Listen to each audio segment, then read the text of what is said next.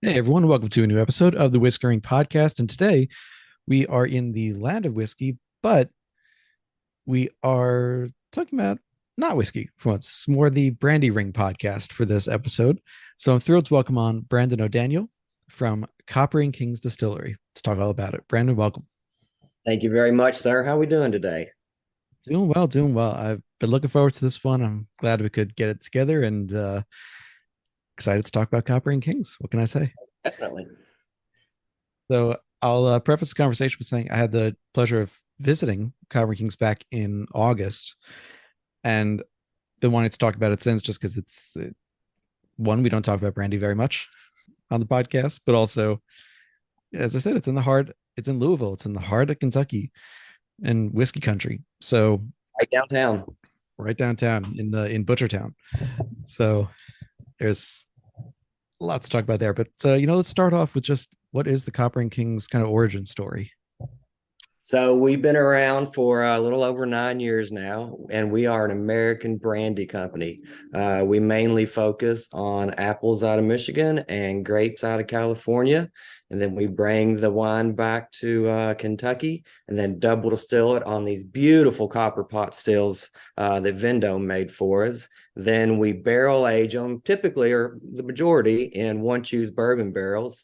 Put them downstairs in the basement. We're right off the Ohio River, and then we blast music to these things 24/7 to make them vibrate a little bit. And yeah, when I was down there, the playlist of the day was, I think it was the White Stripes. I think it was Jack White's birthday. I Oh, want to say nice. something like that. Yeah, Pretty good day to show up. yeah, it was pretty good. And that's definitely gonna be a question, man. But actually, yeah, what the hell? We'll skip ahead to that question. So, the sonic aging, if we'll use that term. Not a lot of people doing it, but a couple are. So I'm curious if that was something that Copper and Kings decided they were going to do from the beginning, or did it come later on? No, from the very beginning. As soon as you walk into the distillery, you get that sense of music. The owners always wanted us to sound and act like a band. So the music just kind of really flowed into it. Actually, half of all the employees that I have on the production team were musicians at one point or the other. So there's always some sort of music playing in the background, and it's really an integral part of our overall brand, and then our taste profile, to be honest. And I love the idea of musicians being involved, musician myself, and the creativity behind it. Despite there's a ton of science behind it too, but the creative side is can never be too represented. Were you guys doing? I don't know the timeline exactly. Were you doing the sonic aging before Blackened kind of made it famous or blew it Yes. up? Yep. And then when that whole thing came through, the one positive or several positive things happened, but in most of the articles that were written about that, we were mentioned as well. So it was a really nice feather in the cap, I guess. Sure, absolutely. And I know you said the owners were very, the Herons were very um, music focused, and they wanted to act as a team and as a band. But the idea of sonic aging, I think most people might attribute it to Dave Pickerel thinking about it. Was that kind of where the idea came from as well? No, we got the idea from a couple of different places. It originated, as far as I know, in Japan, and sake producers were playing music to their fermenters to make the yeast bounce a little bit more. And then there's a few vineyards in Italy that actually play music to their vines to move the microclimate a little bit by pulsation. So that's where we got the idea. And that's kind of where we started. We wanted to be really interactive. That's why it changes every day based on artist birthdays and special events in the distillery or throughout the world. And that's kind of where we got the idea and where it kind of took off from there. Nice, nice. Again, I love the idea of it. And you don't quite not you, but the listener and visitor don't quite get the sense of how much influence it can have until you're down there in the basement and you realize, okay, it's not just kind of a regular noise level you're going for. Basically, unless someone's in there working or taking a tour, You're blasting that Sonic. It is Dude, blasted to the point. The right song, I can be sitting on in our rooftop bar, and the right song will vibrate my cocktail. exactly. Yeah, it's no joke. It's you're really blasting. I don't know to what levels Blackened or anyone else is doing it, but I mean it's Metallica, so I would kind of assume they're not doing it quietly, but I'll have to ask them at some point. But yeah, the Sonic Age was definitely a question I wanted to ask because it was, I guess I didn't know about it going into Copper and Kings, like walking into there, but it was interesting to see. Yeah, it's cool. Um, It's nothing else. It's a cool story. yeah. Everybody gets really impressed when they get to put the hand on the barrel and feel it vibrate. We Mhm. blast a lot of music through there. When tours aren't open, of course, my guys take over the stereo and put on what they want. So it's quite the eclectic group. And really, just the basement itself is a really cool atmosphere. I mean, we can almost hit the Ohio River with the rock. You can definitely feel a temperature drop as you walk down into the basement from the first floor. And that's what's really influencing our spirits. We kind of age our brandies like a fine wine once it goes into the barrel. And I really feel like that's what's kind of separating us apart. And we'll get into this a little bit later, but you've got an extensive kind of winemaking history yourself Dude. as part of how you came on. So I'll save that for a little later, but be sure we're gonna get to that as well.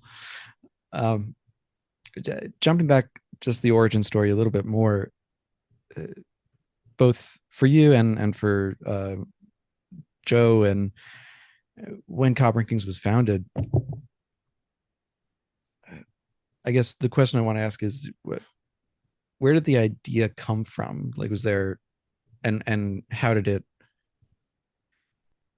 Yeah, where did the idea come from? I guess to say like, okay, we want to start a brandy distillery. So I'm going to give credit where credit is due, and that goes to Joe and Leslie Herron. This was their third beverage business when they got in. The first one was Soda, which they sold to Pepsi Cola. The second one was Crispin Hard Cider, when they sold that to Miller Coors, and then the third one was Copper and Kings.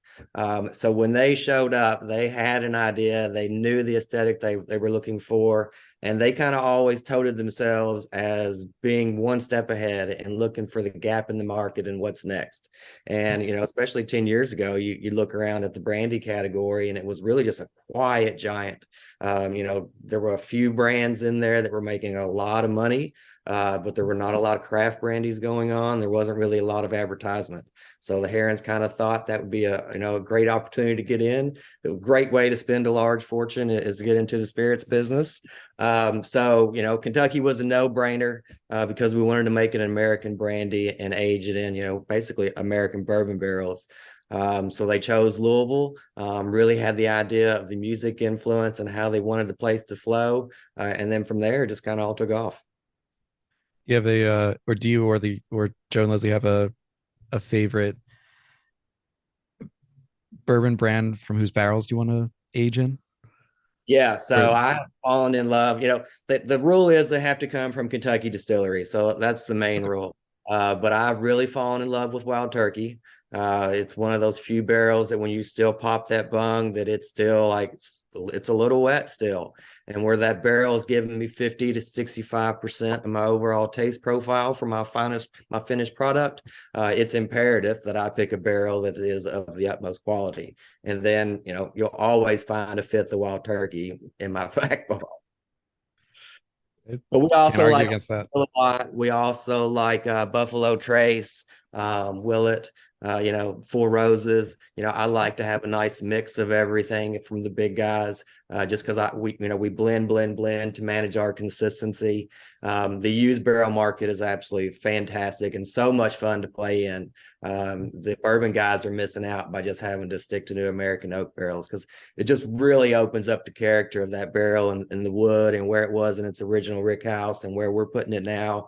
And it's crazy to see the differences from barrel to barrel going through and tasting. So world of fun. Couldn't imagine doing anything else.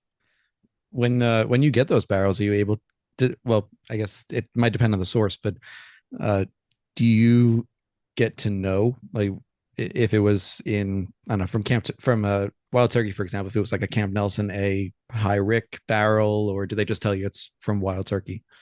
For the most part, that's all they're saying. It's from Wild Turkey. Of course, we get to go down and pick the barrels that we're going to choose that day and smell a lot of them and make sure they're exactly what they are. And if you start paying attention to some of the writing on the side, you can kind of decipher, the special ones, and, you can smell the difference in a lot of them. And we'll start culling those out immediately and start taking notes on them and putting them in a certain spot of the cellar, just to make sure that, when we run across a bourbon barrel that's given those special notes, we want to make sure we take care of it and really express it to its fullest.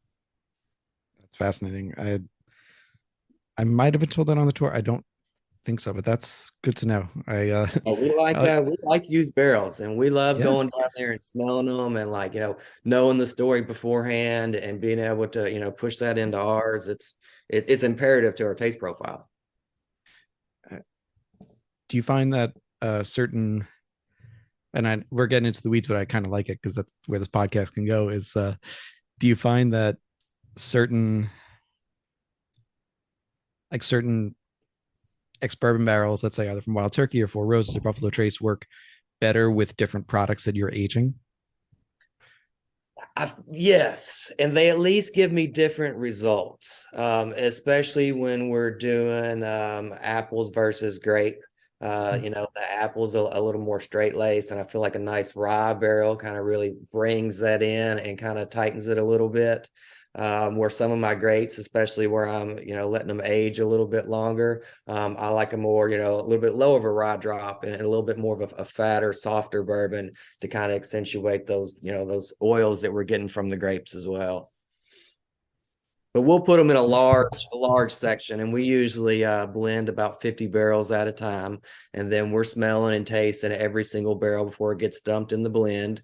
And then while we're doing that, if we run across one that just like really stands out, no matter how fast we're moving, we stop and we'll pull that barrel out, set it aside and put it somewhere different. Every now and then the guys get aggravated about that because, they're doing other stuff. But at the end of the day, when we're sitting down and we're tasting, our finished product, we all agree it's well worth the extra effort. Seems like it. And I got to try a bunch of stuff on that tour. I must have tried like 7 or 8 things. And yeah, none of them were a miss. I had ones that I liked more than others, as we always do, but none of them to me were a miss or this was just not the thing. So whatever you're doing with that, with the blending and the single barrels, it's going well for me. So as you said, there was in the American brandy market, there were a couple of big brands that were quietly doing most of the business. And, I'm not based up here in New York, so I think of like Laird's for the apple brandies and things like that. But, um, and still, there are not many brandy producers, especially as you compare it to like a bourbon or an American whiskey producers across the country. So when Copper and Kings was started, who were the, if any, brands, distilleries, people that Copper and Kings look to for inspiration and guidance? Well, Laird's, of course, is another family favorite here at the house. They've been around forever, especially in the American brandy market. So, Yeah. you've got to show respect where respect is. But I think that was a big lure, especially for the Herons when they were starting this, was there were not a lot of people that were doing it. I guess right. I don't want to say right, but on the craft side of things and really kind of giving a heritage back to that spirit. Before Prohibition, brandy was a huge part of the American culture, and we've kind of lost that and gone to annual crops instead of perennial vines. And we've kind of lost some of that heritage, especially here in the Midwest and eastern side of the United States. St. George is another one that they were looked up to that made some nice brandy. Osalis is another one that made some nice brandy. Jermaine Robin, he's another hero of mine, that just making some fantastic brandies. But yeah, that small group was, kind of the spear point in this entire revolution. And, we really saw it as an opportunity to slide into the market, put our own style on it, and really be represented well. If nothing else, just because there were so few people on the shelf. True. I mean, as I said, a fan of Laird's. I've got some of they do some single barrels up here, cast strength, which, ooh, So good. Um, I drank it side by side with the bottle that I got while I was there at Copper and Kings, the Heritage Apple single barrels. And I mean, of course, very different profiles, but they matched up really well, and that was a delicious comparison. Uh, so the as I said, there's not many. So in thinking about kind of when you're starting, this is kind of the last origin story question. Uh, American whiskey brands, bourbon, rye, whatever you want. If you want to start a brand, it's it's easy, I think. Once you get past the cost of it, there's a certain ease of it because you either choose to make your own distillate from the start and wait, or you make your own distillate and you sell gin and vodka, or you source while your stuff is aging. So American whiskey has a place like MGP or Ross and Squibb, whatever you want to call it at this point, and others, Bardstown Bourbon Company, to source from to start off. Is there any comparable source in American brandy that can supply that kind of volume while your own distillate ages? Ooh, so the overall goal is hopefully Copper and Kings will be that at some point. I mean, we're sitting on quite a bit of barrels and we've been distilling for the future for quite some time. And that was always the original plan, was to start helping at least smaller guys get into the business with quality source brandy and really build the category back here in the United States. When we were getting our source stuff, because we wanted to come out with a aged spirit from the get-go, and we did. We had a few rules and regulations. It had to be an American brandy. It had to be distilled 100% on a copper pot. So we called every mom and pop distillery in the United States, and there's a couple bigger guys in there, but not very many. And we were buying anything from like half barrels to 10, 15 barrels at a time, and just constantly calling these guys. And, at one point we felt like we had a pretty good section of the American brandy bulk bought, just because there wasn't very much of it. And then from there, we've kind of built things on, and it's a little different. We're not not the same as bourbon. Let's put it that way. Sure, of course. So going off the next question that comes up as you are starting and you're going, all right, you've started a distillery. What are the kind of regulations you have to deal with? It's because whiskey, again, unfortunately, a lot of this is compared to whiskey just because that's what I'm most familiar with and what I think the audience might be most familiar with. But with whiskeys, you've got the 27 CFR 5 from the TTB and all of that dictating what the styles are and in pretty good detail. What does it look like from the brandy side? So we're not quite as regulated as American bourbon is. A great brandy has to age 2 years in an oak barrel for it to be called a great brandy. Other fruits, though, can just be dictated as the fruit in the brandy, and they can be aged or unaged for any amount of time that they want. Other than that, though, especially because we're not making brandies in Europe, I'm kind of free to pick and choose the varieties and the styles that I want. And we're really just limited by imagination and quantities. There's quite a bit of grapes grown out in California, but for the most part, that's about it here in the United States. You guys have a nice little grape source up there, and you see some in the Niagara region as well on this side of the border. But yeah, so that's really another reason why we're here in Kentucky, is because of the barrels. And it's crazy. Not only do bourbon barrels flow in and out of the city, but bourbon barrels from all over the world flow in and out of the city, and they are wheeling and dealing like crazy. I compare it to the stock market. It's a lot of different varieties at a lot of different price points throughout the day, depending on who you're talking to. But yeah, something different, something interesting. I mean, it's fascinating. This is way back on.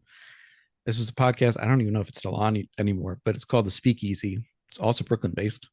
Way back in 2015, but Joe was on, and he had stated at that point that his hope for American brandy was that it wouldn't be as rigid, that you'd allow for more experimentation, and he compared it specifically to the craft beer market in how there's individualization and character. And it sounds like, 7, 8 years later, that's still the case.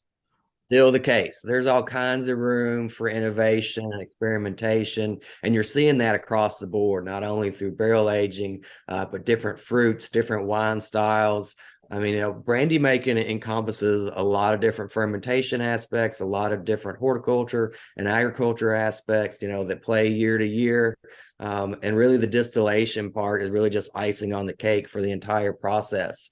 And at that point, you're just kind of tasting those nuances that you've spent so much time either under the sun or in the winery, really processing it. And that's what really makes this distillation art so cool, is it just really kind of brings everything together. And you can taste, if those vines were treated well and, where they were. You can taste how that wine was fermented, and then you can taste where that brandy was aged. Also, it's a very temperamental beast, but it's just once it kind of gets in your blood, that's all you want to do.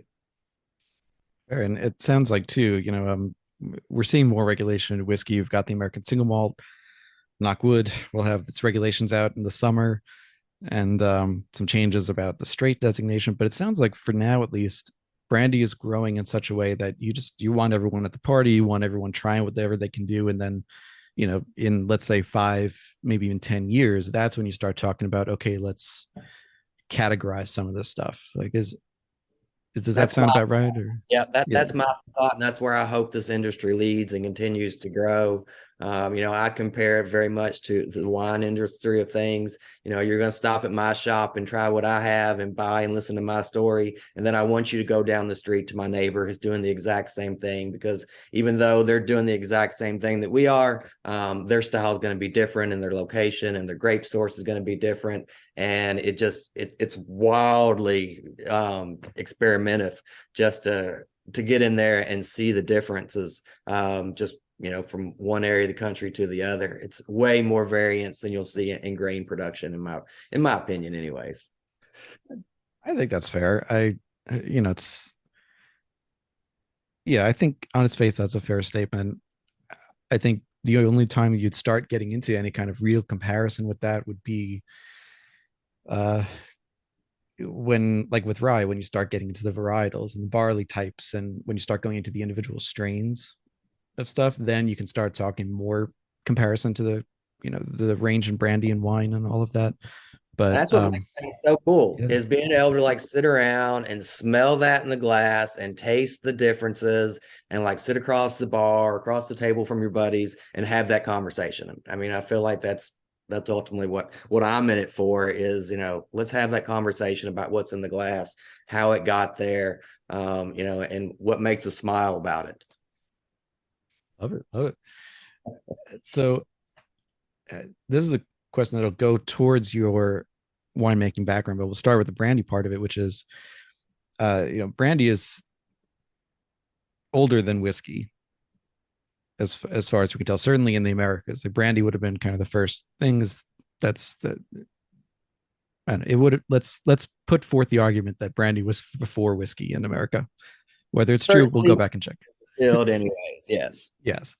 So, as over the, let's say, 400 years or so that Europeans have come over to America and been settling on the mainland here, uh, there's been brandy distillation and also rum distillation and other spirits, and eventually got into whiskey. But I'm just curious why you think that brandy never, or either never became or has since not become kind of the national spirit in the way that bourbon or even whiskey as a whole has. Like, why do you think it dropped off in popularity? That's a really good question. I think there's a lot of answers, or a lot of speculation on that one. One, I think, brandy was always associated as a European drink. I think as America started to become on its own, it wanted to separate itself from that side of the ocean, and it found that it could grow grain spirits tremendously well, and make a good whiskey. I think that had a huge part of it. I think when brandy was popular here, especially in the Midwest and Eastern United States, it was way more in that community farm setting where you had a lot more smaller distillations, and it really reached back to that horticulture style. overall, America has forgotten how to garden. We do not have a lot of plants in our backyards. The average, American just grows grass, if that. Mm. I feel like brandy is a really it's a big connection to the fruit aspect and the farming aspect and the horticulture aspect. And I feel like we lost a lot of that when we got a little urban. And then when we went through prohibition, and the Civil War, really, the Civil War had a huge deal on it just because it tore up the landscape tremendously. And it's really hard to go back and plant, plants that are going to take 4 to 6 years to produce a fruit Mm. versus going in and planting that same field and grain crops and getting money on an annual basis. So it's a lot going on. But yeah, that's kind of my rambling on that question. I think it's all valid, and I hadn't considered the Civil War as part of it, and things like that. And um, the first thing I thought of would have also been kind of the phylloxera thing in plague in Europe, but the whole thing that's kind of saved them was the fact that the American vines, for whatever reason, were resistant Yeah, to. the Norton grape. Yeah. So yeah, back then, we were coming over here and starting, grafting sites just to send rootstocks back to Europe to kind of deal with their problem. And super cool that it worked out. Interesting where we would be had it not. Yeah, it saved an entire. It took decades, of course, but it saved an entire industry. It's a cool story if you've ever got time to look into it. It's super neat. Yeah, I'd love to do one on there. If I might do an extra like bonus episode on that because it is more, of course, great. Yeah, vine based and brandy based, but I think it's a really important story, especially for how, as you said, how grain spirits and whiskeys really started to overtake brandies and other spirits available to become what they are today. It's because they were available quicker, Yep. and especially once you stopped getting brandy from Europe because the vines were destroyed, then more reason to drink something a little more local. So yeah, Exactly. we'll do a deep dive on that sometime. I would really love to do that. Um, all right, so next up. So during my visit, as I said, I got to go down to the cellar, saw the variety of barrels, and it really is incredible. I think Joe once called Copper and King's barrel sluts. And I think it's a pretty good term, honestly. Um, and at the time he had mentioned that you had like a gin aging in Serbian juniper barrels and just different cask aging. So we talked a little bit about this before with how like a wild turkey or four roses might be better for another type of, whether it's better for grapes or apple distillate. I'm just curious, what do you enjoy more, as since you're really in control for, if you'll let me say that, uh How you somehow I am the last one yeah, standing. So yeah, I yeah, guess I'm in control yeah, relatively anyways. yeah. So which do you think you enjoy more? Or what's the pros and cons of each? The experimenting with new casks that you can find, or trying out different distillates and then trying out the casks? So I'm into the different distillates and then cask. And I love a good use barrel. It's a good chunk of what I like to do in my day. But anytime I can relate back to, Mother Earth, so to speak, the vineyard or the orchard or some botanical when we're making gins and absinthe, that's really where my heart lies. I have a couple degrees in horticulture, and that's where I got started, was doing plants. So a lot of times you'll find me and the crew in the basement, eating on different types of juniper berries and coriander and cardamom and talking about where that lands on our palate and then using that aspect to dictate, all right, from there, what base spirit do we want to use, whether it be apple or pear, peach or grape or whatever it may be. And then at that point, once that spirit gets built, Then we start looking at the barrels, and then we start looking at our options, and whether that be wine barrels or port barrels or whatever it may be throughout the entire world, because we pull used barrels from everywhere. Joe is right. We are a bit of barrel sluts. That joke never lands usually when I give it, but he always pulled it off for some reason.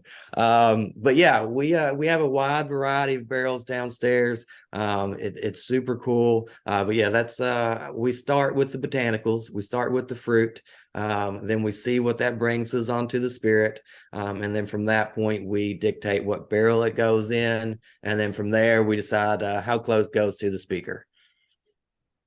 Of course, it's closer to the speaker, more interaction, of course. Yeah, a little more vibration. Yeah, and then it's a little easier to get into. So for sampling as well, and that has nothing to do with it, but Okay. uh, the it's just in brandy in general, because again, this we've I think maybe definitely one, maybe two episodes of the podcast have been kind of brandy focused, and neither one was way back in the beginning, and then so we haven't talked about it a lot. So I'm asking a lot of questions about kind of the basics of brandy for that reason. So thanks for bearing with me on that. But one of them is that kind of area of consumption. So let's say Joe mentioned, I think this was on that same podcast, he mentioned the brandy belt as this kind of belt through the northern Midwest and going all the way to stretching farther than that, really across the US, but especially in the northern West and in the Western New York area. Is that still a thing? Do you see that pattern in sales and where people are enjoying Copper and Kings products? For sure. Wisconsin, number one state in the United States by far. I love that state. They take such good care of me. Every time I go up there, everybody I speak to knows about brandy. They are intelligent about it, informed, and then those guys like to drink. You also see that, yeah, in Western New York, Minnesota, Michigan, you'll see that. We see a little bit of that through Chicago, Northern Illinois as well. And then, yeah, you get out on, Oregon, Washington, Northern California, those guys know about brandy also. But yeah, it's there's a small little section of the United States that's really supporting the cause, and then every year you kind of see it expand a little bit, and you'll see hot pockets pop up throughout the country. But yeah, Northwest and North Midwest guys, they like to drink brandy. I think I've got a friend in Wisconsin, and I think it was recently named like the drunkest state in America or something. Um, so thank you, Wisconsin, for taking care of Copper and Kings and for just supporting the spirits industry as a whole. Yep, love them to death. Love going up there. We are the official brandy of Lambeau Field there for the Green Bay Packers. Just got that this fall. So we've been up there 3 times for 3 home games, just handing out little samples of spirits, and it has just been so much fun. Cannot wait for the new season to start, just to go up there and hang out with those guys. So yeah, I've got nothing but love for my Wisconsin guys. That's awesome. So you might be a little sour. Oh God, sorry, this pun just came to me. Might be some sour grapes about Aaron Rodgers potentially leaving, or Yeah. I mean, that's it is what it is. I understand, but I have become a Green Bay Packers fan, to say the least. if it makes you feel any better, I honestly could not care about football. It's just not my sport. I'm a baseball guy, Right, but nice. because he might be coming to the Jets, you know, I have to at least know about it. So, Wrong please, with being last, yeah, exactly. All right, so jumping back to the just the setup that you have there and talking about the distillate. So you've got these 3 beautiful pot stills in there, each descending size, but they really are kind of beautiful when you go in there. And it's plastered across the website. There's plenty of pictures about them. So rather than describe exactly what they are that way, I wanted to more talk about their shape. So they're kind of in they're stocky, I would say. They're shorter, stocky helmets, steam fed. So what does that do for the distillate? And is that better for a brandy distillate than a grain distillate? So we actually have 4 pot stills now. They range from 2,000 gallons all the way down to 50 gallons. Rosemary is a 2,000 gallon. Isis is 1,000. Magdalena is 750, and Sarah is 50 gallons. And then for those wondering, they were all named after women in Bob Dylan's lives, either lovers, mistresses, or whatever it may be. And then, so yeah, to get back to the shape. Ours pots are stocky. They're very, for lack of a better term, we'll stick with stocky before I get in trouble. But yeah, the shape had a tremendous amount to do with our style. We brought Vendome in. We really talked about how we wanted our spirits to taste. We looked at how brandy stills are traditionally produced and shaped out of Europe. And we kind of took those designs and then squashed it so that everything would be a really nice, rough one pass over. There's really not a lot of reflux in my pot stills. And what this allows is a lot of that true the fruit, true the wine character to really come over. We get a little bit lower ABV that way. So we have a little bit of reflux in the helmet, but not a tremendous amount. Even our swan's neck has really been crooked way up, almost vertical or horizontal. And then it's way shorter than what you traditionally see in most pot stills. And then we use a horizontal condenser as well, that we back up with cold water so it slows the process from steam back to liquid as long as possible. And again, it's all about trying to capture those true the fruit characteristics. I want you to be able to taste that fruit that I picked, and as I smashed it in my hand during harvest and smelled those fruit characteristics, I want you to be able to taste and smell those fruit characteristics and that clear spirit coming over. I think the shape and style of our pots really allow us to make just some elegant clear spirit, but at the same time has enough oils and backbone in it to stand up to a 5, 8, 10-year barrel aging, and a once used bourbon barrel in Kentucky, which we still get hot in the summer down the basement. We still get cold in the winter. It's crazy humid down here, so it's just perfect for our location, and just makes just phenomenal spirits from the get-go. Yeah, it was beautiful to see. There, of course, I'm sure they're well maintained as well, but they're also shiny and relatively new, so it makes for a great photo op. When I was there in August, so the window doors were open onto the plaza, so it was a great photo. And true to Kentucky weather, to your point too, I landed that morning, went to the hotel, went to the wrong hotel first, and then went to the right hotel, and then it was sunny, a little cloudy. Went to the hotel, checked in, turned around maybe 20 minutes, half hour later, came outside, pouring rain, just downpour and thunderstorms and all of that. And the first stop I'm going to is Copper and Kings, and I'm staying in downtown Louisville. It's like a 9-minute drive. So I get in the car and drive over. I get out, it's still raining, and I go to have brunch first at the restaurant, which was excellent, by the way. We're not going to have time to talk about that, but that restaurant is awesome. Thank you. And the staff are as well, just absolutely awesome. So I eat in the restaurant. By the time I'm done with my meal, it's bright and sunny again, and the tour and the plaza's all dried out. So I was told in Kentucky, if you don't like the weather, just wait 5 minutes, it'll change. And being there, that's exactly what happened. Yeah, we usually get all 4 seasons in about every 24 hours. So yeah, it's a lot going on down here. Exactly. All right. So the next thing we'll talk about both the grape and the apple distillate. I want to talk about the grapes first, just because it's kind of, I don't know why. I feel like that's what I thought of first when I went to brandy, despite having apples and Applejack and apple brandy everywhere near me. I think of grapes first. And Copper and Kings in particular has 3 grapes that you guys use. And correct me if I'm wrong in this case, but it should be the Muscat, the Chenin Blanc, and Colombard. That is correct. Right. And the way that they've been described is the Muscat was vibrant, electric, alive. Chenin Blanc was for the aging and length on the profile and kind of a black dress elegance. And then the Columbard was if you took that black dress and had the person dancing on the bar. Yeah, Uh, so they're really interesting, very, very different grapes. That Columbard gives you that nice citrus note and that pop and that that sunshine, so to speak, and the wild night that everyone really wants.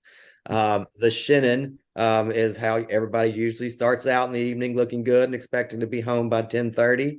But those give me a lot of those buttery notes. They kind of remind me of a nice malolactic Chardonnay. It really does allow me to lengthen that barrel aging aspect, and it's kind of the glue that binds the two grapes together.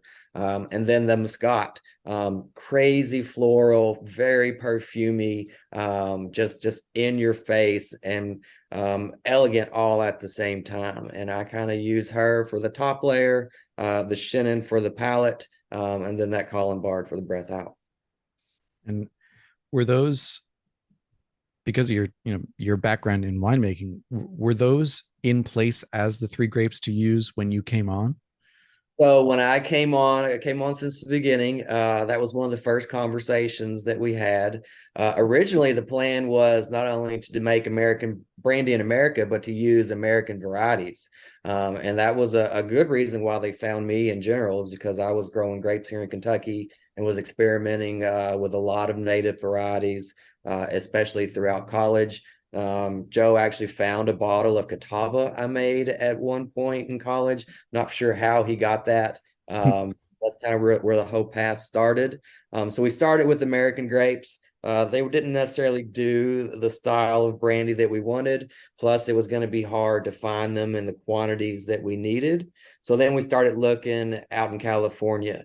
You know, because we're not making brandies in Europe again, I'm not necessarily confined to the type of grape that I have to use. So we looked at the history of brandy before those rules were even established. And that's kind of where we got a general list.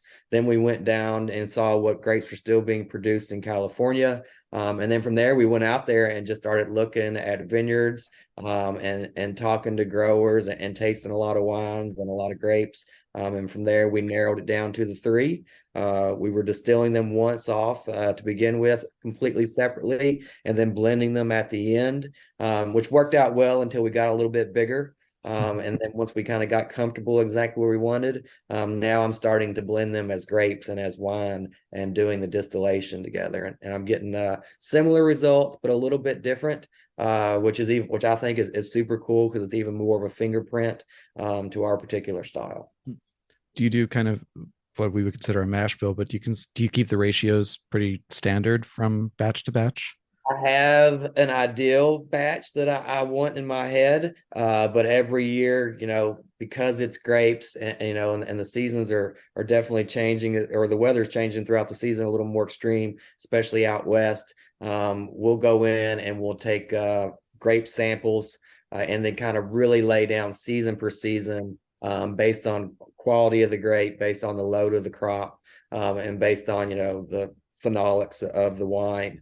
And then from there, we'll put together a unique blend, based on those aspects more than anything else. So in a way, I mean, each batch could be, depending on the weather and how things are going, each batch could be its own vintage of Each brandy. batch is, yes, each batch is different. Each batch is its own vintage. We don't sell them unless we do single barrels as a single vintage that way. And we don't necessarily describe them on our label because, we're more brandy for the bourbon drinker. Sure. Me being a wine geek, when you go down to the cellar, that's how they're broken out. That's how all my notes are taken on them. That's how we taste them. And then from that point, we blend to manage our consistency. And then with those grapes from California, do you have certain farmers and regions that you again are consistent with, or is it more what's available, what tastes best year to year? So it's a little bit of both. A good chunk of our grapes are coming out of the Central Valley. We were 100% acquired by Constellation Brands in 2020. Of course, Constellation has a tremendous amount of vineyards in their portfolio. So since then, I'm starting to see some grapes coming way further north that I'm having access to. But yeah, first and foremost, quality. And then we got to make sure that we can get the quantity and at the price point that we can afford to bring these things back to Kentucky and distill them on pot stills in Kentucky instead of California. And so this might be a delicate question, and if necessary, I can cut this one out, but we'll see about it. Let's see. Uh, we've seen obviously Constellation, like you said, it's a huge brand. It's a huge umbrella brand and owns vineyards and many different spirits companies. And with some, they seem to have kind of a let's say a heavier hand, if you will, than others. But with the distinct impression I got going through Copper and Kings, going through the tour and such, and even listening to you talk today, is that it's not as heavy a hand with you guys. Like they're really just letting you do what you've been doing it well, and mainly giving you more access to other materials and other sources. Um, and feel free if you don't feel like that, you can answer that. That's fine. Well, we're good. We're good. I don't have any secrets. Um, Overall, yeah, Constellation has been really good to us. They've allowed me to continue my style. They've opened up some access to some finances and to some vineyards that I didn't have access to before. Uh, Being a bigger brand with a large sales team, they did structure the way we were selling alcohol a little bit. I've only got 3 SKUs that are nationwide now. So you can't necessarily find my gins and my absinthes and my liqueurs anymore unless you come to the distillery. So that one has been a bit of an adjustment. But yeah, overall, I think, once Constellation really gets behind a brand and, wants it to succeed, they have the power to do that. Those guys definitely can talk wine and fruit, which is right up my alley. So yeah, I think we're hoping that, Constellation and Copper and Kings can become something super cool and make us really not only a national brand, but a household name. I do hope that is good to hear. Number one, that's great to hear about the relationship. That being said, I do hope that the gin and the absinthe in particular are become more available, just because I ran out of room, honestly, in my suitcase coming back. So Copper and Kings was the first place I went to. So I was worried that if I had too many bottles from there, then, down through the length of the trip, I'm going to run out of room. I still ran out of room, but I think my biggest regret of not buying on that trip was either the gin or your 4-year-old aged absinthe, the barrel proof. Yeah, Uh, the gins are really good. That 4-year-old absinthe though is it's delicious. uh, yeah, I've been begging my friends just grab me one, find a way to get it to me. I will work that out with them. But it was just so good, and I love absinthe. I love black licorice, anything. But it was there are not a lot of good absinthes, I would say. It's an interesting category. Yeah, we're still getting used to having it back after 2007. We didn't have it here for 100 years, but the few absinthe that I've had that I really enjoyed, yours of course, uh, some of the absinthe from Spirits of French Lick, Alan Bishop, as you mentioned earlier, Jermaine Robin. They have a great absinthe. It's Big fan of theirs, but otherwise it can be overtaken and unbalanced and too much one or the other flavor. And uh, I was really impressed that even at 130 proof, I think it was, that your absinthe was still quite drinkable, a bomb of flavor. Uh, and I could tell it overwhelmed a couple of the other people on the tour with me, but I quite well, liked it hold as on it in the was. class, but yeah, that bottle will get you in trouble if you let it. Mm-hmm. That being said, though, it's one of my favorite spirits to make. We spent a lot of time on our absinthe formula. It's the history of it itself. I mean, it relates back to the phylloxera story as well. If you want to get into that later, Yeah. it's just it's so much to talk about with that. Absinthe started out as a great base spirit, or fruit based spirit, so that's really what kind of sparked our interest. And then when we got to making them on those pot stills, especially on Magdalena, she just makes just the most beautiful absinthe. It was just a no-brainer for us to kind of get into that. And it's a lot of fun to make. Not the best to clean up, but it's a lot of fun to make. I imagine it's like a gin in many ways. It's difficult to get those to scrub those flavors out of the still. Yeah, correct. Yeah, it's a 2 to 3 day process for us to make it, and then it's another 2 day process for us to get the aromatics out, so we can go back to brandy. Right. Um, Interesting thought just came to mind. I wrote a review recently that had to do with peat and how it's my personal belief that you just can't get peat out of a still. There's always going to be a little bit. And I thought about a company like Bruichladdich, for example, where they have their unpeated whiskey, the Classic Lottie, and then they've got on the other end of things the Octomores, the hugely peated whiskeys. And even though the Classic Lottie is unpeated on paper, for me, I still get some smokiness and peat on there, kind of like it was made on a still or made near a still that made it so it's just kind of peat in the air getting into the liquid. Um, do you find that like are you really able to get all of those aromatics out from it, or is there always a little bit left that is kind of characteristic? You know, that's a really good question. So when we make our gins and absinthe, we actually anticipated that to some degree.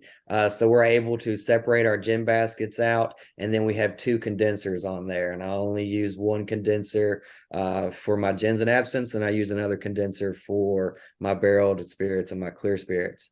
For the most part, you're able, you can get a good chunk of those aromatics out, and then we have to climb in and we hand scrub the inside of all those pots and get them really, really clean. But at the same time, I feel like those nuances, and each time you cook, it's just like a nice cast iron skillet.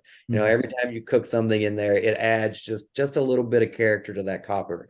Copper's porous, so there is a little bit of that. But yeah, I think overall with like the right cleaning regime, I think you can for sure clean it enough to do other spirits in it. But I also feel like that, I can taste the Copper and King spirit because of the pot itself, if that makes sense. I feel like each pot has its own character. I can cook the exact same grape spirit in all four pot stills, and then we can lay them blind in front of anyone, and everyone's gonna be like, oh, this one's different from this one's different from that one, which is super fascinating and keeps me interested because they're just individual beasts in themselves, and each time I cook with them, they show me something a little different. Absolutely. And that's also, we should, before moving on from the grape distillate, there's also what might have been my other favorite product, the Mistel. Yeah, that's another good one. Yeah. So I'm the whiskey drinker in the household. My wife doesn't really drink spirits that much, maybe in a mixer. But I thought I got to try the Mistel during brunch and loved it. It was, it's a dessert wine, but it's not overly sweet. It's still got a lot of citrusiness and brightness. And I brought it back and she liked it quite a bit too. It was different. It's not like drinking a Sauterne necessarily or sherry. It's a little different, but I enjoyed it. So I just want to ask, how do you make the Mistel? Yeah, so that is basically, in layman's term, a fortified grape juice. So the Mistel is a Zinfandel. We will basically press it out just like we would to make a normal Zin, and then throw the yeast in. As soon as we get about 0.5% to 1% alcohol, we stop the fermentation process with eau de vie Zinfandel brandy. So that basically fortifies it, makes it stable, and then you have all those natural sugars from the grape itself still there, giving you that sweet point. And then we raise it up to about 36 proof. So it's just enough to where it's kind of my version of an ice wine without having to actually pick grapes out in the cold. Yeah, that's a good way to compare it. Really sweet. It's still got some alcohol in there. Yeah. I serve it two different ways. Before, we kind of use it as a digestif and as an aperitif. As an aperitif, we actually cut it with bubbles, either prosecco or just soda water, and serve it that way before meal. And then after the meal, we actually drop it in the freezer and then serve it as a digestif, just straight. And it's kind of a nice little liquid dessert. It is. It's really nice. And Yeah, I think the comparison to an ice wine is better. I was thinking of more the noble rot grapes Mhm. before, but yeah, the ice wine does taste different from a noble rot. Similar process, but not by any means the same. And Yeah, I think yeah, preserving those natural sugars out of the grape. That's really the key. You get that nice jammy, fruity Zinfandel aspect, but yeah, they're like 22, 24 bricks, so there's a lot of sugar there. And then you raise the alcohol where it's still got a little bit of an alcoholic love to it. And it's just really nice. It's something different. It's fun. It's beautiful in the glass. And then I find it really, really versatile. And then so once we fortify that juice, we actually then barrel age it back into Zinfandel wine barrels that we've made special for this, so they've not been sulfited or anything along that nature. And then we at least barrel age it for 2 years, and I'm really a fan of that third year, to be honest. I mean, I don't know how long the batch that I have was aged, but it was delicious, and as I said, no sulfury notes uh in there, which yeah, it was just beautiful, sweet, vibrant. So glad I remembered that because that was not in my outline, and uh it should have been. Yeah, thank you. Yeah, that's another one that's really fun to make because it just goes back to it's just so close to the vineyard. It's nice to have in the refrigerator. Absolutely. It's where it is right now for me. This month's Impact Spotlight is on Pokeno whiskey. Sitting just south of Auckland on the North Island of New Zealand, Pokeno is one of the Pacific Rim's newest distilleries. Founded by whiskey industry veteran Matt Johns, Pokeno set out to create a uniquely New Zealand single malt whiskey, one that would bring the lush, subtropical terroir into the world's most recognizable category of malt spirit. I've been able to try their Origin and their Discovery series, as well as a single barrel double matured ex bourbon, and each were truly fantastic. And in case you're wondering whether I really do get to try these things that I talk about or whether I even like them, I'm here to tell you yes to both. If I don't like it, I don't have to talk about it. And I can't stop talking about Pokeno to anyone who will listen. As of March 2023, Pokeno is just starting to come out into the US market with a rapidly growing footprint. I sometimes say that there are distilleries to watch. This is one to watch while sipping their already world-class single malts. Check out my episode with Matt and Pokeno in late March, and order your bottle of Pokeno New Zealand single malt today. Hey, Whiskey Ringers. I hope you've been taking advantage of that podcast-only code for the Scotch Malt Whiskey Society. They've got around 20 bottlings coming out each month, and there's never a shortage of new things to explore. To take advantage of this podcast-only offer, please go to smwsa.com, that's Scotch Malt Whiskey Society of America, and put in code WRP for Whiskey Ring Podcast at checkout for 25% off your first year subscription. All right, so we're going to come back to the absinthe because I have a couple questions specifically about that. But jumping from grape to apple, and as you mentioned before, there are a couple of other distillates too, peach, pear, that you work with that we won't necessarily have time for today, but I would love to talk more about another time. We'll have you back for sure. So going to the apple. So one of the again, I had apple brandy around. I never really drank it before, but it was definitely around in New York, New Jersey, that area. Not until I went on the tour at Copper and Kings and our guide explained the process did I understand that there were so many varieties that go into a brandy or could go into it. And I've now had kind of two separate ones. The main blend, if you will, that you use, which is the blend of 18 culinary and volume apples that kind of make up the general blend. And then I have the one-off bottle that I got, which was the heritage apple, that one heritage apple, which is so good. So when you were on Bourbon Barrel Talk, you said that 90% of apples they're high in sugar and low in acid, designed for the table. And of course, I think of like a Honeycrisp. Yep. But you blend in both the culinary apples, but also volume apples that are higher in acid. So I'd love for you to just go hog wild on how you came up with the blend of apples and why it's important to mix those.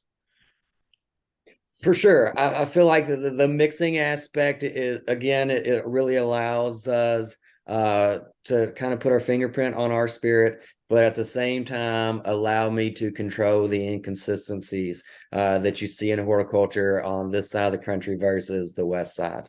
It's a little easier to grow apples in Northern California and Oregon and Washington than it is in Michigan and Minnesota. They've got a few more frost and freezes and just a little more volatile weather. So when we started out, we didn't really, I personally didn't really know what apples that I wanted to put in there. And we started looking at just some volume apples and cheap apples. And we thought we'd start there and see where we went. And when we made the first few batches of wine, I was just extremely disappointed with it. And then we distilled it and I was even more disappointed with it. So I kind of really went back to the horticulture drawing board and started looking at, that's the phenolics and where I should have been in the first place. And we kind of gave up the sugar aspect altogether and really just started looking at the titratable acidity and the pH of these things, and then, how they tasted and the bitterness of it. And what I found is those bitter notes really just carried over just absolutely phenomenally in our style of pot still and our style of brandy operation. But I also felt like when I was distilling just 2 to 3 varieties of apples, I found that I was not really getting that full palate experience like I truly wanted. And at the same time, we wanted to make a lot of apple brandy, and we wanted it to come out of, just one particular area of the country, and we wanted to have as much control over that as possible. So I came up with the idea of just like, well, let's expand the number of varieties that we can. Let's set the guidelines so that each variety has to hit, certain pH. It has to have a certain amount of acidity. It has to have a decent amount of sugar, but that's the last out of the 3. And then it's got to bring a certain thing to the table that not every other variety is doing. So we went up to Michigan. We drove through and talked to several co-ops. We went and looked through several different orchards. So many growers, winemakers up there, fruit producers, got a tremendous amount of opinions and samples. And then we just started tasting stuff and blending until I really felt like I had a core, 20 to 22 apples varieties that I really liked that were, when blended, really gave a really good representation of American apple growing, and then still gave me the nice phenolics in the background that you look for a nice cider apple, especially from a nice Calvados. So from that 20 to 22, we usually narrow it down from 15 to 18 based solely on what time of year they're being harvested, how well they're being cold stored, and things of that nature. And then we actually blend the fruit together, the apples, and then press them as a blend and then make the wine that way. We ferment really, really cold. I usually spend 3 to 4.5 weeks in my fermentation, which is crazy long compared to most other fermentation styles. But I really am very, very determined to keep all those volatile organic compounds in that wine. So by fermenting extremely slow, when you look into my tanks, they're not moving near as fast as what you typically think fermentation should be moving. And because of that, I'm keeping a lot of those aromatics in there so that when I put them in the pot and my pot comes on, I'm capturing all those as they come over into that stocky helmet. And then therefore they get compressed back into that liquid. So therefore all those nuances that I'm getting from the apples kind of really just blend together and give me a nice clean spirit that just reminds you of orchard floor and just springtime and fall, while at the same time not being that Jolly Rancher just artificial aspect. It's a true apple brandy. It's apples, that's what's in there, that's all that's in there, and that's what makes it so nice. Can't argue with that. And yeah, 3 to 4 week fermentation is insane. I mean, even rums don't ferment that long usually. Yeah, so we ferment really low and slow. I have a very particular yeast strain that has been designed to ferment at very low temperatures, and then the entire aspect again is just to keep as much in that wine as possible. We don't rack our wines. It's a very dirty wine. I want as much of that lees on there as possible. Again, based on that distillation style, we have huge agitators in our pots. I'm able to keep all that in suspension, and it just kind of really brings over a lot of those classic apple notes that are missing in a lot of other apple brandies on the market. Do you need to use the same process on grape fermentation, or is it really specific to the apples? Grapes a little bit different. So we typically use white grapes and we ferment those a little bit warmer. We're still very slow, very cold compared to most white fermentation. We're still on the colder side. And then, yeah, I'm still at like that 3.5 weeks for my wine fermentations as well.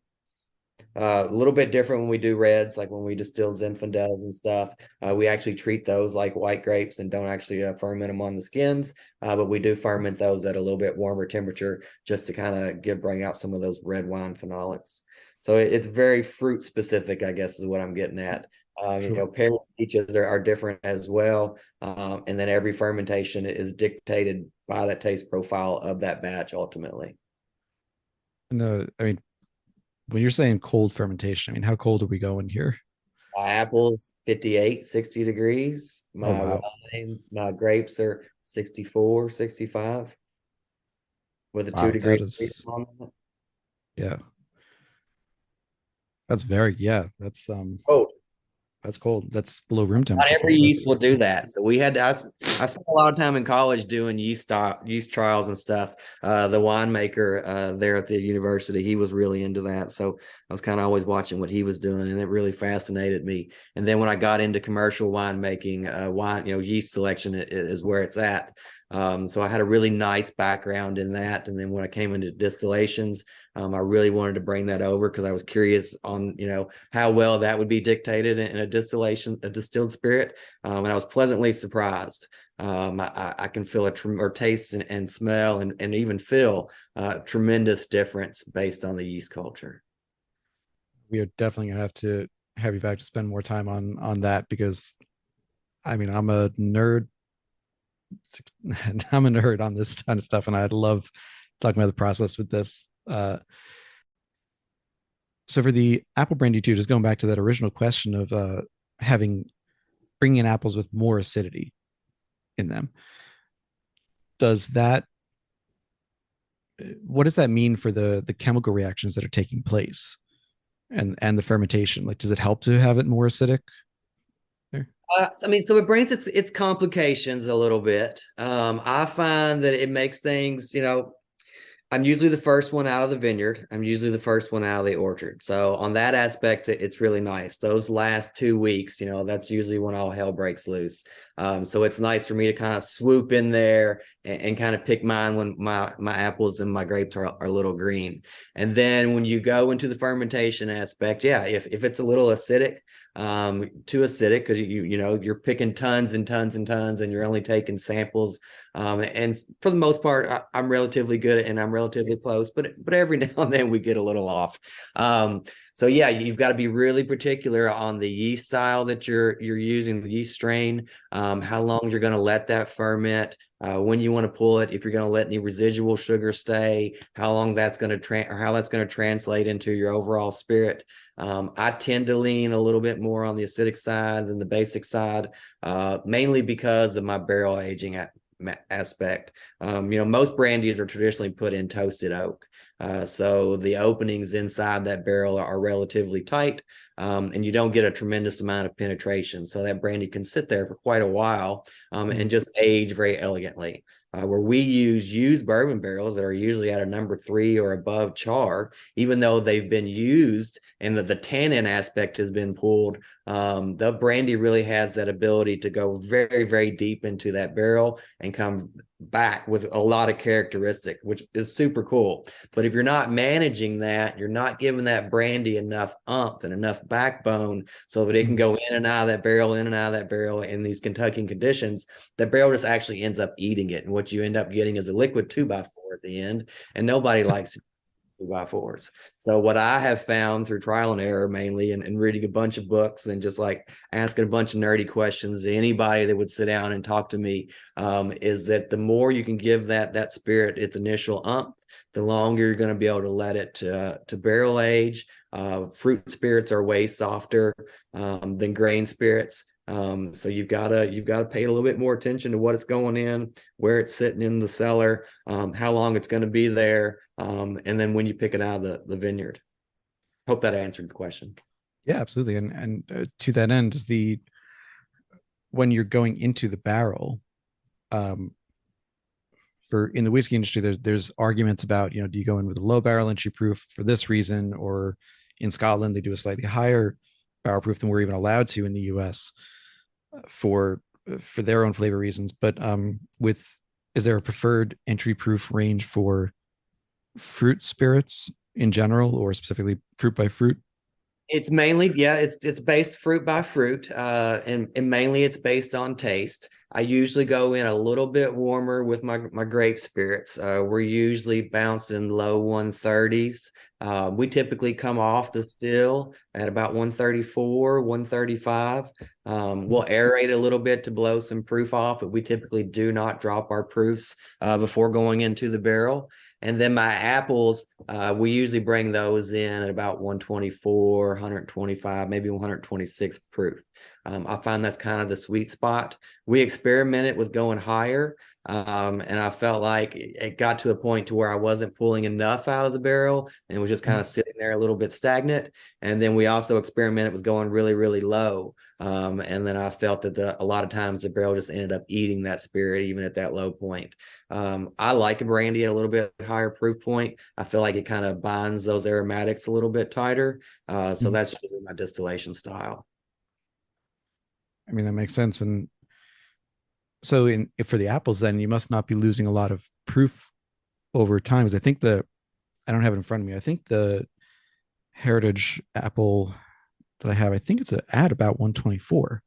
Yep. So we don't usually lose a lot of proof points downstairs. I'd say that probably came out at, well, I'm sure it did. It came out at 124, and I almost guarantee it went in at like 125, 126. I guess it might make sense for for brandy distillers. It's amazing to think that in Kentucky that's happening, that you're not losing a lot, that you're not gaining proof or losing too much proof, just because everything Kentucky can get somewhat weather influence and all of that. And I know that's a broad generalization, but still, I think it's fascinating. It's the basement. It's where we're aging our barrels. And it's sitting on that river. That's what's really dictating how our barrels act.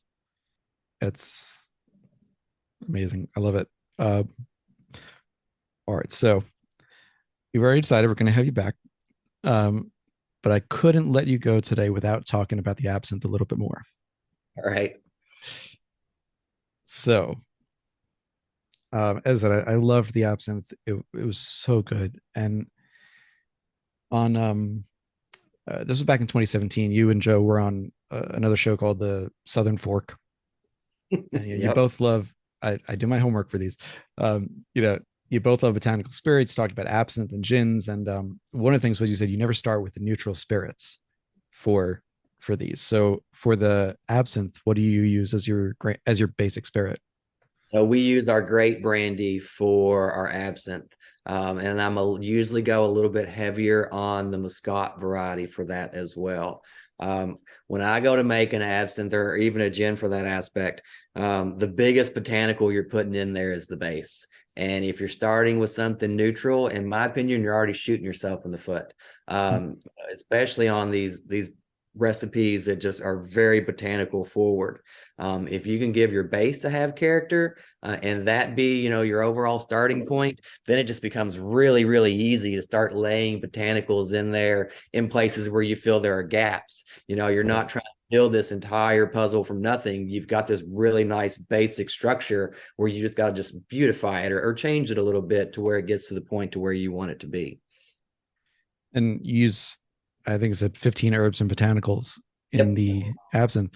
Were you were you drawing from a particular style that you really liked, or just what was around? Had you come up with those 15? A little bit of A, a little bit of column B. We wanted to make an absinthe that was different. We wanted to make an absinthe that was an ode to the past. So we started looking at some old style absinthe recipes and tasting some older style absinthe when we could find them, and really kind of dictating the overall structure from there. And that gave me, let's say 6 different botanicals that I felt like, all right, these are in most absinthes, and from here is a nice structure.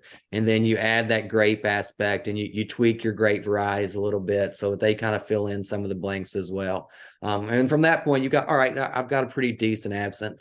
And then it's like, all right, so how can we make this like phenomenal and stand out? Because I want all of my spirits from Copper and Kings to like pop in the cocktail, pop in a glass, and like for somebody to taste it and be like, man, that's different. That's Copper and Kings.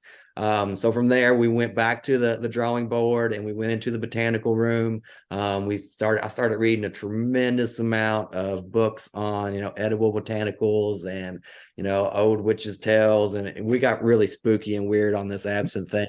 And then we just started eating some stuff and just writing down notes, and like, again, just trying to fill in those blank puzzle pieces, to the point to where we had an absinthe that I felt was very representative of the category, but at the same time had that classic Copper and Kings, we don't care, we're making it the way we want to, taste profile. And that's really why I'm so proud of that absinthe. It was a team effort. It took us a while to do, and it's just phenomenal in the glass. It really is. It really is. And the last question I have on the absinthe is also, of course, I loved it at 130 proof again, but I'm a proof hound, so I can handle it at 130. There's also a version that is at a lower proof, and of course, other producers produce it at 80, 90, 100 proof. From a scientific aspect, how do you proof down absinthe without it looshing? So it will only loosh to a certain point, a certain proof point. So as long as you're above a certain level, you keep all those everything in solution, and therefore it doesn't really give you that loosh. So we usually come off the pot with our absinthe at about 133, 134, and then we just drop just a pinch of water in there. And because our absinthe is so fat and oily and has so many botanicals, if we went much lower than 130, it starts to cloud. So that was the main reason why we chose the higher proof, because we didn't want to strip any of that out. And then in my opinion, it's one of the coolest parlor tricks to pour, a sip of clear absinthe and pour water in there, watch it turn milk white, all the crowd, and then pour a little bit of clear brandy back in there, and then watch it go back clear. It's super cool, super fun. It's a great way to drink it. Very true. And sorry, this is going back that I should have asked you before, but it's good closer, which is, do you use slow proof your brandies? Yes. So that is another painstaking aspect here at Copper and Kings that I learned from an old brandy book written back in the 1800s. So because we are not chill filtering our spirits, and because we're using these pot stills, and we've shaped these pots to where it's basically a 1 and over, and there's not a lot of reflux, and we're getting all these oils, fats, and lipids, we found that if we went and dropped the proof immediately, that brandy would start to saponify or separate, and that it took some pretty nice equipment to pull that back together. And that was not the style we wanted to do. So we came up with the idea to actually put air spargers in the bottom of all of our tanks. So when we blend a big batch of brandy in there, I'll go in and kick this air sparger on. You basically got this rolling boil. And then we'll drop 3 to 5% of our overall cut water in at a time, stop, come back 3 or 4 more days again, and do the process again. And I typically like to proof my brandies over a month and a half. That makes a lot of sense, actually, with the mouthfeel that you get on them and the boldness of the flavors. Yeah, it's a pain in the butt, to be perfectly honest with you, because it takes a while. But I can Yeah. taste, we did a lot of experimentation on this. I can taste the difference, I can smell the difference, and I can feel the difference, not only on my palate, but in between my fingers as well. And it just makes a huge difference with all things that are delicious and good and worth doing, to take your time and slow down. And yeah, dropping the proof is no exception to that. It's a perfect way to end it. This is a good way to intro for your next journey on here. So, Brandon, thank you so much for taking the time today to talk about Copper and Kings, about all things brandy and brandy in Kentucky. These questions that we've never really asked before on the podcast, but apples versus grapes versus the difference between brandy construction and whiskey and grain spirits. So, again, just thank you for coming on and taking the time. Oh, it was so much fun. I really appreciate you taking the time to come and visit us, listen to me ramble for a little bit, and having me on the podcast. It means a lot, and I really do appreciate the support. Thank you. 100%. All right, stay on with me for just a second. If you listen to the end rolls for a little more information, and also see you next week. Hey folks, thanks for listening to another episode of the Whiskey Ring Podcast. If you like what you hear, please go ahead and click that subscribe, follow, or like button. Leave a rating and review on your podcast app of choice, and let me know what you want to hear. You can reach out to me through the podcast apps or email me at david@whiskeymyweddingring.com with any suggestions or ideas for new show guests.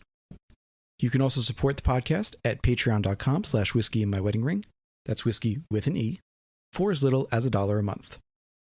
$5 a month gets you access to bonus content, including our soon-to-resume Under the Influencer series, and $25 a month means you join the Barrel Share Club.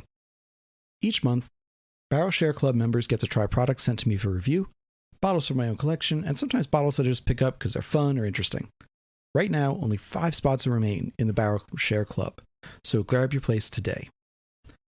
Finally, please follow on Instagram. You can follow me at Whiskey My Wedding Ring or at Whiskey Ring Podcast.